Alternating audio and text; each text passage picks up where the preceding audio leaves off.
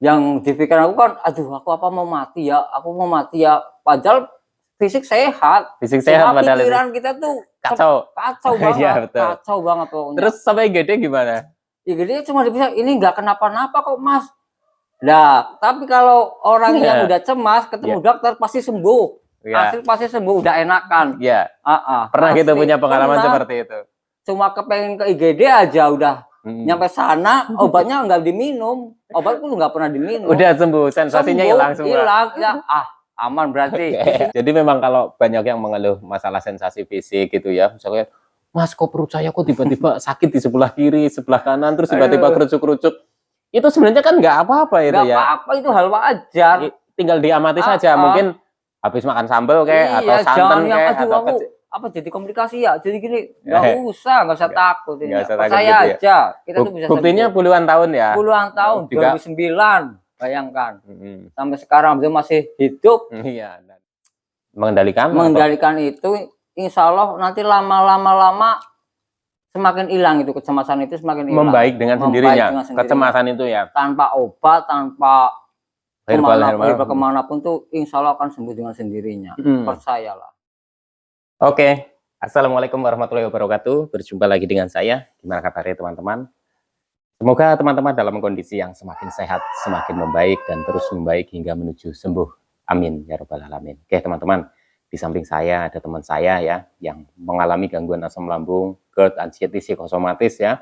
Dari tahun 2009 ya, lama sekali. Dan alhamdulillah sekarang sudah sembuh.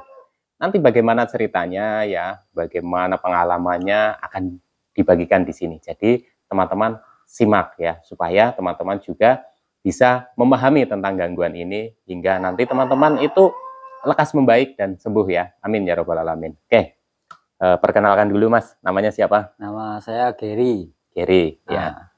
Terkena asam lambung atau GERD itu ya, terus yang disertai dengan kecemasan berlebih itu dari tahun berapa?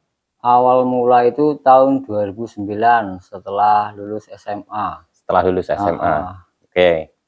Sampai dengan mungkin sembuh yang pertama karena kan sempat kambuh, sembuh lagi, kambuh, sembuh lagi. Sembuh pertama itu berapa tahun dari 2009? Dari 2009 itu masuk kuliah kan 2010. Nah, itu mulai parah-parahnya tahun 2010. Ya, berarti ya, 1 tahun ya, 1 tahun. Ya.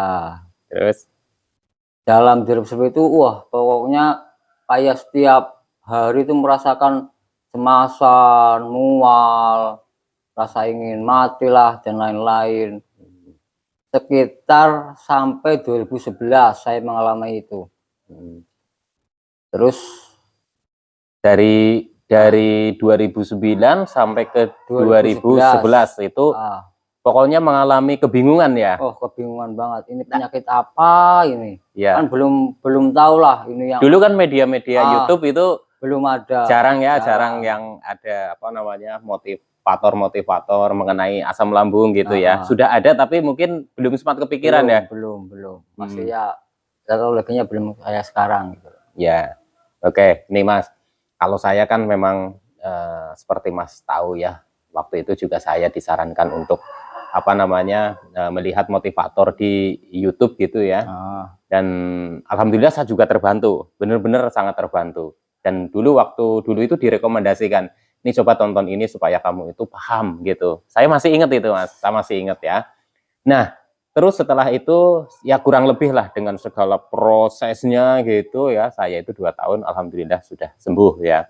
Nah, ini Mas Gary ini kan cukup lama juga ya. Waktu itu mungkin karena ya media-media di YouTube itu kan yang membahas mengenai asam lambung sebenarnya sudah ada, tapi ya jarang. Kalau sekarang kan banyak. Jadi ya saya memang sangat terbantu dengan itu Mas, gitu ya. Nah, ini untuk pengalaman Mas Gary ini ya, yang tergokil dulu deh, tergokil dulu ya, tergokil. Yang tergokil itu banyak Mas. Tentang gangguan ini. Wadah, dari yang bolak-balik ke IGD.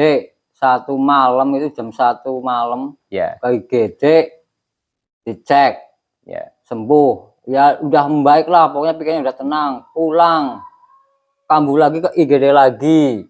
Ke IGD lagi. Gokil banget lah, yang rasanya itu lagi naik-naiknya asam lambung itu pernah ke ini enggak, apa namanya, sampai ke orang pintar, mungkin tabib, terus ya dukun lah, atau pengobatan-pengobatan yang apa namanya, yang menurut Mas Geri itu, wah ini kayaknya cocok nih, ini kayaknya mantep tuh pengobatan-pengobatan yang mungkin di luar medis gitu, itu pernah nggak pengalaman seperti itu? Udah ada sekitar 2 bulan lebih 2 bulan lebih, sampai 2 paranormal. bulan lebih Ya herbal-herbal gitulah, pokoknya udah tak coba dari semuanya. kabupaten manapun lah. Mungkin paling jauh aku ke daerah Jawa Timur. Jawa Timur Paling pernah jauh, juga? pernah. Pernah. Ya saking saya paniknya pengen sembuh, pengen apa tuh udah segala cara tuh. Ya, itu kan Mas kalau awal-awal orang terkena ini ya, mungkin di tahun pertama itu kan memang mengalami yang namanya kebingungan. Cenderung ingin cepat-cepat sembuh Ya gitu. betul. Cenderung ingin cepat-cepat sembuh. Bahkan pada saat saya dulu mengalaminya juga, kalau memang ada obat yang benar-benar manjur berapapun harganya, Bayar. mungkin saya apa namanya jualin lah apa saja untuk obat itu, bener nggak? Betul betul. Mas Giri juga pernah Wah, berpikir ngalamin. seperti itu? Mau ibaratnya tuh kayak obat yang instan langsung sembuh tuh, mau berapa juta tuh saya pasti mau bayar. Ya. Maksudnya tuh udah Nggak karu-karuan ya? nikmatnya Masya Allah. Iya betul. Karena memang orang yang belum terkena gangguan ini ya Mas ya, itu kan mereka nggak tahu. Nggak tahu. Jadi dipikirnya kita itu kadang kok Alay lah, iya, apalah, iya lebay ya, lah. iya dan sebagainya gitu. Karena mungkin kan orang-orang berpikirnya kan, masa dia itu lambung aja sebulan aja udah sembuh. Itu mungkin bukan gangguan ini Mas, bukan gangguan asam lambung yang disertai dengan kecemasan. Mungkin mereka hanya mah biasa. Mah biasa kan biasa. Ya, telat makan biasa gitu ya. Itu apa namanya, biasanya juga cepat sembuhnya gitu. Nah, saya dulu juga berpikir seperti itu Mas, kalau ini kenapa saya nggak sembuh-sembuh? Padahal katanya itu kena asam lambung. Apa namanya, ada orang yang ngomong gitu ya, itu cepat sembuhnya. Dari situlah Mas, saya itu jadinya itu panik gitu. Kok nggak sembuh-sembuh, sebulan, 2 bulan, 3 bulan, sampai sempat saya nggak kerja kan Mas waktu itu. Nah, ini mungkin pengalamannya agak sedikit berbeda ya. Nah, untuk Mas Geri bisa lama itu ya karena memang tuntutan pekerjaan juga gitu. Jadi memang pada saat mengalami itu ya, itu aktivitas itu masih terus jalan terus ya. Jalan terus. Kalau saya itu memang istirahat total kan, Mas Giri juga tahu ya, saya istirahat total ya dengan saya ada apa namanya, memang ada gangguan fisiknya gitu. Jadi sudah di apa USG, ada ini dan saya memang sempat berobat ke dokter rutin. Mas Giri tahu kan? Nah, itu seperti itu. Nah, kalau untuk teman-teman yang sekarang mengharapkan kesembuhan instan ya, bukan saya itu apa namanya nggak mendukung, saya tetap mendukung ya. Intinya namanya orang sakit kan pengen cepet-cepet sembuh ya Mas ya, bener ya. Betul sekali. Tapi memang gangguan ini itu perlu proses, perlu kita itu paham ya, tentang gangguan ini. Oke Mas, sekarang gini aja ya, Mas Geri ceritakan nih ya. Pokoknya pengalamannya Mas Geri lah, supaya teman-teman ini bisa termotivasi ya. Kalau Mas Geri saja sudah apa namanya bisa sembuh ya dengan apa namanya bertahun-tahun gitu ya, bisa sembuh ya dengan pokoknya banyak pengalamannya lah. Intinya bagikan saja supaya teman-teman itu bisa termotivasi Mas. Jadi nanti bisa dibagi apa namanya sambil rokok aja nggak apa-apa. Nanti bisa dibagi tips-tipsnya ya, terus apa namanya cara memahami karakter dari gangguan asam lambung ini ya Mas ya. Mungkin silahkan ya, saya mendengarkan saja dulu. Nanti kalau ada pertanyaan, saya mewakili teman-teman yang sudah apa namanya banyak sekali komentar di kolom komentar video saya ya, nanti saya tanyakan ke Mas Geri. Monggo Mas, silahkan dari mungkin perjalanannya ya dari 2009 gitu ya sampai dengan bisa memahami gangguan ini gitu. Jadi langsung ke intinya aja ya. Ya boleh, silahkan. Yang saya ambil dari semua ini intinya tuh asam lambung itu yang bisa menyembuhkan tuh cuma kita sendiri gitu loh. Dari diri kita sendiri. Kemauan, tekad, itu semua dari kita sendiri. Kita mau berobat kemanapun, ke tabib, ke apa itu cuma apa ya, meredakan aja. Jadi kuncinya itu di pola pikir kita. Pola pikir ya, itu penting sekali ya. Penting, sangat-sangat penting. Yang saya ambil setelah saya sembuh sampai sekarang, yang nggak pernah ngerasain kecemasan, nggak ngerasain yang kayak mual, kayak rasa kayak ingin mati, pokoknya rasanya ya indah banget lah waktu itu. Iya. Kuncinya itu pola pikir kita. Kita bisa mengendalikan pola pikir kita. Kita fokus saja ke masa depan kita. Aktivitas kita, insya Allah tuh apa ya? Lupa nanti yang rasa cemas itu semakin larut, semakin hilang. Intinya kayak gitu. Ya. Jangan apa namanya? Kita jangan tergantung sama obat. Siap boleh lah, obat boleh. Tapi kan untuk jangka panjangnya kan juga nggak baik gitu loh. Ya, terlalu lama gitu ya mengkonsumsi. Intinya ya kuncinya itu pola pikir kita harus kita jaga ya. Intinya lah. Berpikir positif. Insya Allah lah kedepannya lebih membaik. Jangan takut untuk mati. Semua orang itu bakalan mati. Semua orang itu bakal mati. Iya. Nggak butuh orang sakit juga ya. Jadi untuk teman-teman kalau pas lagi cemas itu harus dilawan. Benar-benar dilawan. Pasrah aja sama yang di atas intinya. Kalau mau mati hari ini aja. Nggak usah takut, nggak usah apa. Insya Allah kalau kalian teman-teman bisa bisa mengendalikan itu, insya Allah nanti lama semakin hilang itu kecemasan itu, semakin hilang. Membaik dengan sendirinya. Kecemasan itu ya. Tanpa obat, tanpa kemanapun tuh insya Allah akan sembuh dengan sendirinya. Percayalah. Karena kebanyakan gini, mereka sudah mengalami yang namanya sensasi fisik. Fisik itu kan yang kayak mules, terus kadang kembung, kadang begah, terus kadang dada itu sesek gitu ya, keringat dingin gitu. Nah itu kan mereka itu masih cemas, Mas. Mereka masih cemas. Waduh, ini kenapa? Padahal sebenarnya ya, kalau menurut saya, nggak tahu kalau pengalamannya Mas Ferry ya. Dulu kita sebelum terkena gangguan ini pun pernah mengalami hal itu kan? Pernah mengalami hal itu. Cuma karena memang kita itu gangguan cemasnya itu belum muncul gitu. Jadi ya dianggapnya biasa gitu ya. Nah, mungkin Mas Gary juga sama mengalami hal itu juga ya, keringat dingin.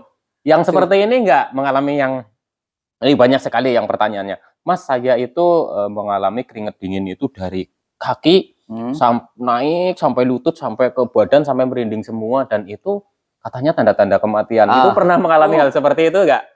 Kayak setiap hari kalau mau maghrib itu tuh. Kalau mau maghrib ya. Nah, benar. Kalau maghrib itu pasti datang kecemasan itu, yang keringat dingin, rasa kayak aduh saya mau mati hari ini, itu pasti datang setiap hari. Waktu mau maghrib sampai jam 11 malam. Jam 11 malam. Waduh, nikmat banget. Itu banyak sekali Mas, teman-teman kita itu yang mengalami hal seperti itu. Kebanyakan memang munculnya itu di sore hari ya, menjelang maghrib. Itu kenapa bisa begitu? Kalau setelah saya amati ya Mas ya, setelah saya amati memang di sore hari kan itu kan perubahan cuaca, itu kan sudah alam ya, perubahan cuaca dari sore ke malam ya. Terus di jam-jam segitu itu memang energi kita itu memang sedang drop. Karena kita pakai kan buat aktivitas dari dari pagi lah, bukan hanya aktivitas fisik saja ya, tapi aktivitas pikiran kita itu kemana-mana gitu kan, itu menyebabkan boros energi Mas. Itu pengamatan saya ya, nggak tahu kalau Mas Gary mungkin sependapat atau enggak gitu. Terus ada lagi karena posisinya sudah sepi dalam artian tuh ya, kita kalau terkena anxiety gini itu kita butuh teman tuh setiap hari, setiap detik, setiap jam tuh kita harus ada teman di samping kita. Ini pendamping di samping kita. Nah, jam-jam segitu kan ibaratnya orang sudah lelah, udah pada tidur, kita tuh masih cemas, masih sendiri. Nah, itu sebabnya kenapa kalau posisi jam segitu kita tuh kambuh, karena lingkungan kita juga udah nggak ada orang. Takutnya ntar kita di situ semaput, ntar kita di situ mati, nggak ada orang, nggak ada yang nolongin gitu ya. Jadi kita semakin cemas. Betul. Saya juga mengalami seperti itu. Itu tuh pasti pengennya tuh ditemenin, terus ditemenin. Kalau kita belum tidur, yang istri kita anak kita, saudara kita tuh harus jangan tidur dulu, nemenin kita sampai tidur ya, gitu. Ya benar, itu berarti sama. Jadi memang luar biasa sekali luar biasa sekali. Asli. Itu gangguan ini memang bukan hanya menyebabkan kita itu nggak produktif secara fisik ya, tapi secara pikiran juga kita itu terganggu. Nah, ini dominan juga itu di psikis Mas. Biasanya memang yang asam lambungnya itu sudah mulai normal, tapi karena kecemasannya itu nggak menurun-menurun, akhirnya balik lagi juga, jadi kerasa lagi sensasi fisiknya. Jadi kebanyakan itu muter-muter di situ terus, dan yang sering dicari adalah obat. Tanya ke saya juga banyak nih Mas, obatnya apa Mas? Saya rasanya keliengan, sempoyongan, rasanya mau pingsan, itu obatnya apa? Obatnya apa? Bukan saya itu nggak membagikan apa namanya obat yang saya minum ya, tapi obat yang saya minum jujur saja Mas, obat itu adalah obat yang untuk asam lambung saja.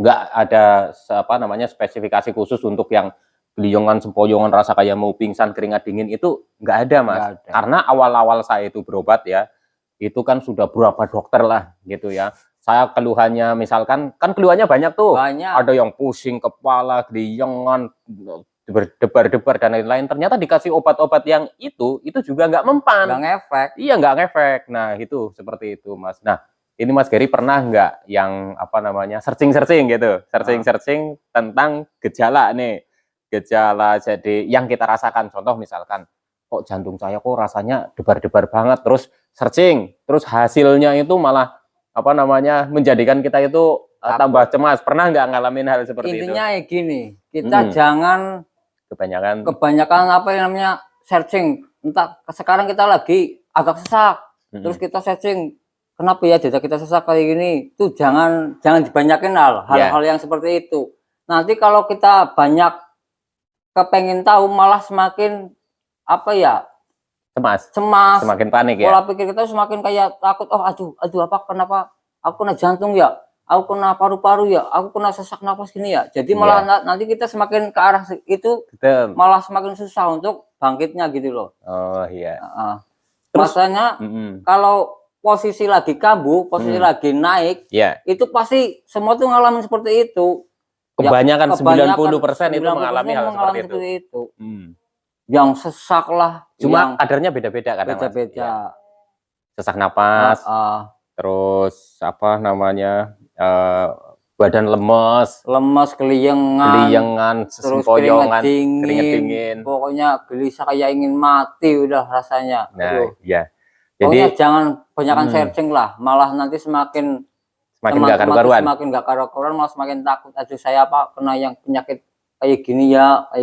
Masalahnya kan tahu lah, kalau di Google tanya ini pasti jawabnya ya mungkin berapa persen tuh ngefeknya kematian gitu. Pasti ke arah itu ya, pasti ke arah itu. Karena kan ini menurut saya itu kan kalau di artikel seperti itu kan kita nggak tahu siapa yang posting gitu ya, apa namanya, siapa yang apa namanya bikin artikel itu gitu ya. Ya memang dari apa yang kita rasakan, contoh misalkan kita kok keliengan apa itu kan biasanya kalau searching itu munculnya apa? Kalau kita pusing keliengan gitu setiap hari, yang muncul adalah coba periksakan ke dokter, dan itu apa namanya tanda-tanda apa namanya ada ini sesuatu di otak gitu kan. Betul. Itu tambah panik Mas. Saya itu dulu pernah mengalami hal seperti itu.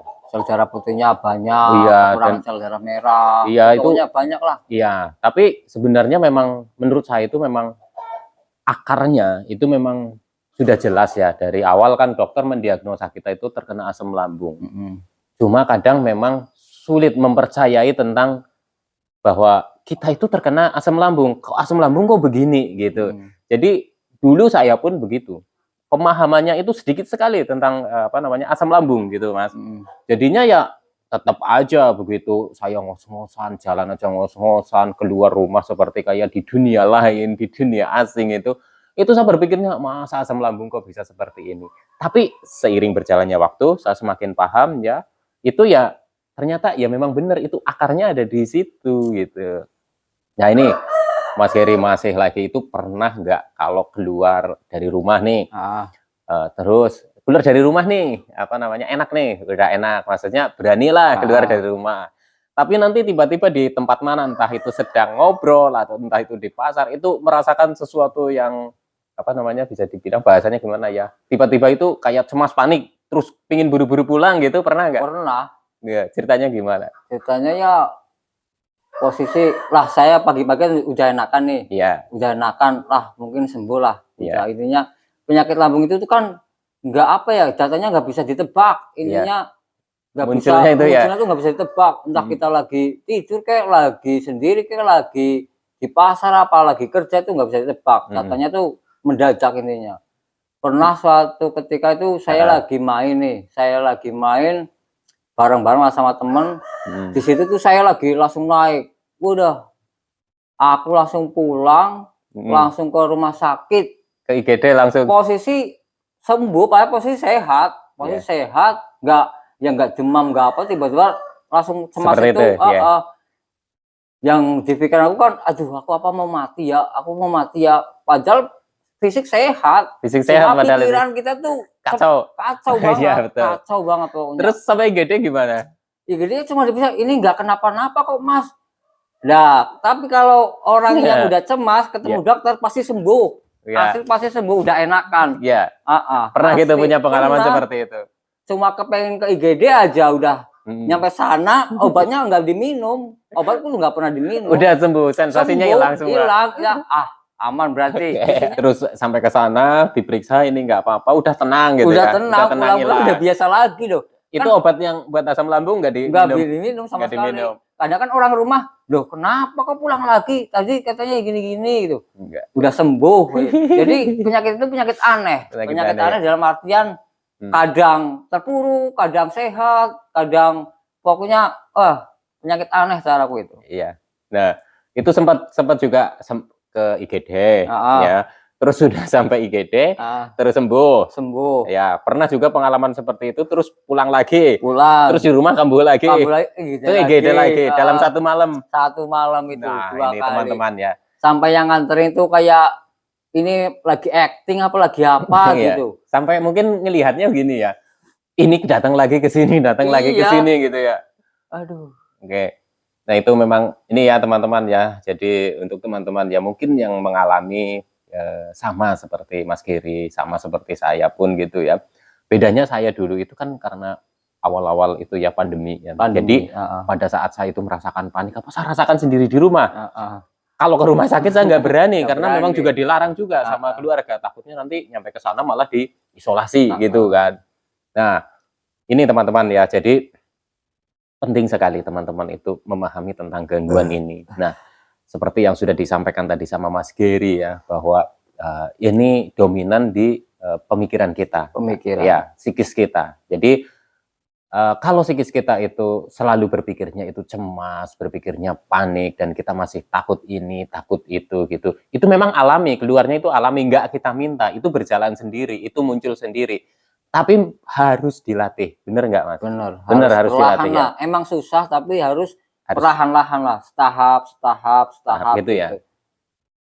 Nah, untuk ini Mas sampai dengan ini kan tadi cerita ke IGD dan lain-lain gitu ya. Pokoknya segala jenis sensasi nih ya yang ditanyakan oleh teman-teman nih ya. Mas Giri jawab saja pernah atau tidak gitu ya. Ini banyak sekali nih. Saya rangkum aja nih. Ya seingat saya ya nih. Pernah napas itu ngos-ngosan? Pernah.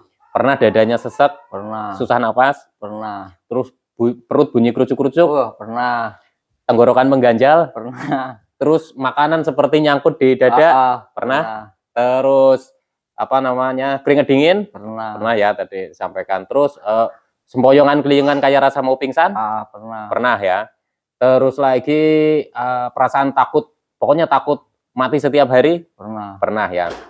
Jadi banyak sekali sebenarnya sensasi-sensasi yang dirasakan oleh penderita gangguan asam lambung ya, banyak sekali, dan Mas Giri juga mengalaminya gitu ya teman-teman ya. Jadi untuk teman-teman intinya tetap semangat. Gangguan asam lambung, GERD, anxiety psikosomatis ini bisa sembuh ya teman-teman, bisa sembuh ya. Halo. Nah ini sekarang kan sudah intinya pengalaman ya. Ini karena kita itu wawancaranya itu nggak terjadwal Mas, jadi nggak menyiapkan bahan, ini langsung saja gitu ya. Mungkin lain kali nanti kita bisa atur gitu ya, supaya teman-teman itu bisa lebih enak menyimaknya gitu ya. Jadi ya bisa buat inspirasi memotivasi teman-teman ya. Jadi singkat saja Mas nih ya, nanti bisa disambung nanti bisa disambung di part 2-nya ya. Dalam. Sini ke depan sini. Sini pangku. Sini.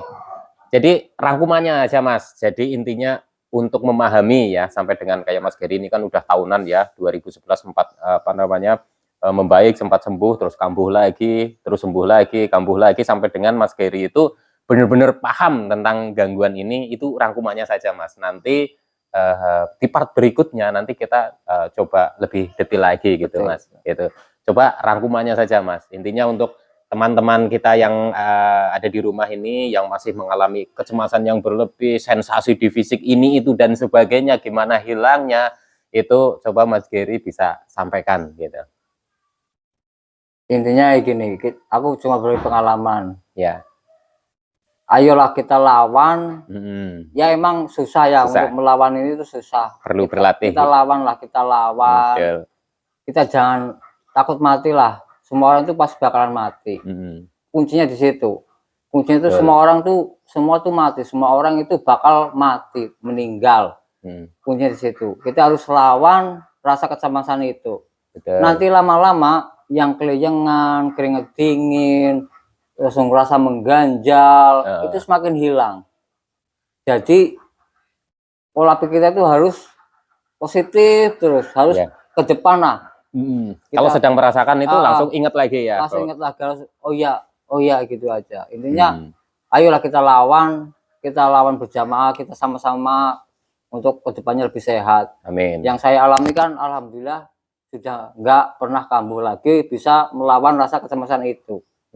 Terus ada tips-tipsnya nggak untuk yang contoh misalkan ini kan berhubungan dengan pola makan ya, pola hidup sehatnya gitu ya, olahraga, jangan begadang dan lain-lain, terus pola pikir itu yang penting juga gitu ya. Itu ada tips-tipsnya nggak Mas? Kalau selama ini kan setelah saya sembuh pun gitu, saya masih tetap menjaga yang namanya 3P itu, pola makan, pola hidup, pola pikir, walaupun tidak seketat pada saat saya di masa penyembuhan.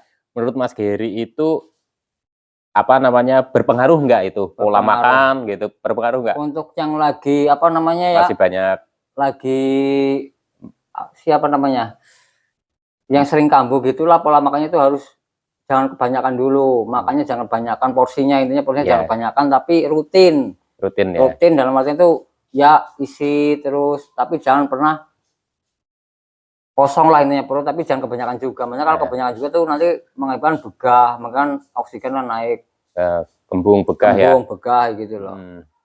Terus olahraga juga penting, walaupun hanya jalan kaki ya. Lah jalan kaki pagi-pagi, bangun jalan-jalan. Terus apa ya, pola pikirnya ya kita ya itulah positif aja. Iya, menanggapi gangguan ini. Intinya pola pikir menghadapi gangguan ini. Ya mungkin kalau menurut saya ringkasannya gini, pola pikir menghadapi gangguan ini bahwa ujung-ujungnya sebenarnya kan orang mengalami hal seperti ini karena sembuhnya itu lama dan itu perlu proses, dan harapannya itu kan selalu cepat kan, itu menimbulkan stres yang tinggi gitu ya. Menurut saya itu kalau pola pikirnya memang gangguan ini sudah banyak yang mengalami dan memang sembuhnya itu berproses. Nah, untuk teman-teman yang belum memahami ini, saya harap mulai dari sekarang itu bisa belajar ya Mas ya. Belajar untuk benar-benar bisa memahami tentang gangguan ini. Sembuhnya berproses, tahap demi tahap ya. Udah gitu yang saya rasakan itu hilangnya sensasi, hilangnya yang saya rasakan itu saya sendiri tuh nggak ingat Mas. Kapan sampai benar-benar ini hilang gitu. Bener nggak? Nggak inget emang kapan ya aku udah nggak begini lagi gitu. Emang susah banget sih melawan itu, emang susah, tapi lama-lama insya Allah teman-teman bisa melewati lah. Kalau lagi kamu ya kita musikan aja apa-apa, pokoknya yang bikin tenang, yang dibawa rileks aja lah, jangan kita kalah sama kecemasan itu, jangan. Kita lawannya tuh dengan kita rileks, dengan kita santai sambil dengerin musik, yang suka musik, yang suka sholawat, yang suka sholawatan, pokoknya dibawa tenang aja, dibawa tenang. Nanti lama-lama hilang sendirinya, hilang sendiri ya. Pokoknya, aduh, aku bisa melewati. Oh, berarti besok kalau datang lagi pasti aku bisa. Pasti kayak gitu. Nanti malah kita kadang ketawa sendiri. Ah, masa sih kayak gini cuma nggak bisa melewati. Kadang kita tuh malah kalau udah sendiri. Kalau kita itu sudah sudah sembuh lah ya. teringat hal-hal yang dulu itu lucu nggak? Lucu, Lucu asli sekali ya? lucu kayak orang gila, asli. Dan lucu. Lucu ya? Padahal tuh kecil banget aslinya tuh bagi aku ya, yang Iya, dia sembuh tuh iya. hal-hal yang sangat mudah Sehatnya muda untuk ya. melawan itu aslinya tuh. Tapi kan namanya orang lagi sakit, lagi Cemas. mengalami itu Cemas susah itu. banget. Tapi bagi aku yang sudah sembuh, semakin kesini lah kecil ngelawan kayak gitu udah hal biasa Iya. ibaratnya. Jadi memang kalau banyak yang mengeluh masalah sensasi fisik gitu ya, misalnya, Mas kok perut saya kok tiba-tiba sakit di sebelah kiri, sebelah kanan, terus tiba-tiba kerucuk-kerucuk. Itu sebenarnya kan nggak apa-apa itu Nggak ya. apa-apa, itu hal wajar. Tinggal diamati saja, mungkin habis makan sambal kayak atau santan yang kayak aduh atau aku apa jadi komplikasi ya, jadi gini, nggak usah takut ini. nggak usah takut Percaya gitu ya. aja, kita tuh bisa Buktinya sembuh. puluhan tahun ya. Puluhan tahun, Juga 2009, bayangkan. Sampai sekarang dia masih hidup. Iya, dan itu teman-teman bisa ini ya, bisa apa namanya, ya bisa ambil ya kesimpulannya bagaimana. Jadi teman-teman nggak usah takut ya. Kan banyak yang bilang ini gangguan ini itu berbahaya, bisa menyebabkan ini. Kan ada di ini teman-teman saya itu ada yang gini, Mas. Mas, kemarin itu saya dengar tetangga meninggal karena asam lambung, kayak gitu kan. Nah, mungkin pada saat kita itu waktu masih mengalami dan belum paham tentang gangguan ini, itu kita yakin dan kita itu tambah nggak karu-karuan. Karena saya pun mengalami hal seperti itu, Mas. Padahal ya mungkin ya menurut saya, Mas, kenapa bisa meninggal ya selain sudah memang takdirnya ya, biasanya itu ada komplikasi. Dia maksudnya gini, ada penyakit lain. Cuma yang mungkin didengar oleh orang-orang sekitar itu asam lambung. Karena biasanya kalau misalkan orang menderita pesakit yang lain, sakit berat lain gitu ya Mas ya, itu kan dia suka minum obat-obatan yang sifatnya anti nyeri yang keras gitu, dan itu juga bisa menyebabkan gangguan lambung kan ya. Nah mungkin seperti itu. Jadi apa namanya, yang taunya orang-orang kan itu karena asam lambungnya. Rasanya asam lambung. Iya, gitu ya. Padahal sebenarnya bukan itu penyebabnya gitu. Karena nggak ada sejarahnya tuh asam lambung bikin kematian tuh nggak ada. Belum ada ya? Belum ada. Oh gitu ya. Jadi jangan takut, asam lambung bikin kematian itu jangan takut. Ya, jadi intinya teman-teman, ini banyak sekali sebenarnya cerita-ceritanya, banyak sekali. Karena memang puluhan tahun tuh, banyak banget cerita-cerita. Ya, ceritanya banyak sekali. Gokil, cerita aneh pokoknya. Ya. Aku sekarang bisa bilang gokil karena saya sudah sembuh. Iya, bisa melihat dulu-dulu gitu ya. Dulu itu bisa, gokil bener sih dulu ya gini. Ya. Sekarang udah. Dulu inget nggak waktu apa namanya, saya aja itu masih berbaring terus di kasur, inget nggak? Ingat. Pas kamu itu masuk, kenapa Kang gitu kan? Ini kata dokter asam lambung gitu. Padahal itu saya itu setahun sebelumnya itu saya sudah merasakan itu Mas sebenarnya. Itu pas posisi lagi benar-benar ambruknya gitu. Jadi posisi lagi ambruknya di situ. Yang pokoknya saya itu kan berbaring terus tuh di kasur. Terus datang terus, kenapa? Ditanyain. Ini katanya asam lambung, tapi kok saya merasakannya ini kayak bukan ini. Ini Mas ini cuma ketawa sama saya gitu. Saya pikir ini orang ini nggak tahu apa yang sedang saya rasain, padahal dia lebih lama sebelumnya gitu. Saya itu ibaratnya sudah master lah, master asam lambung. Oh, udah puluhan tahun. Puluhan tahun ya. Bener-bener karakternya emang gangguan gitu ini sih. Harus kita lawan gitu loh. Aku ketawa ini Mas. Gara aku kayak orang mau mati, kayak keringet dingin. Aku ketawa doang. Habis aku ketawa, baru aku ngomongin, gini Mas, tenangkan pikiran dulu, tenangkan pikiran, rileks, dengerin lah masukan-masukan positif dari orang lain gitu. Alhamdulillah sampai sekarang dia udah sembuh, udah bisa bekerja kembali, kan ikut senang juga. Iya. Korek ya, ini satu-satu koreknya. Jadi gini Mas, sebenarnya ya banyak sekali ketika orang itu mengalami gangguan ini sudah dikasih tahu gitu ya, sudah dikasih tahu bahwa ini nggak apa-apa, itu masih nggak percaya juga. Kalau menurut saya ya, ini kan sudah banyak sekali pengalamannya, banyak sekali.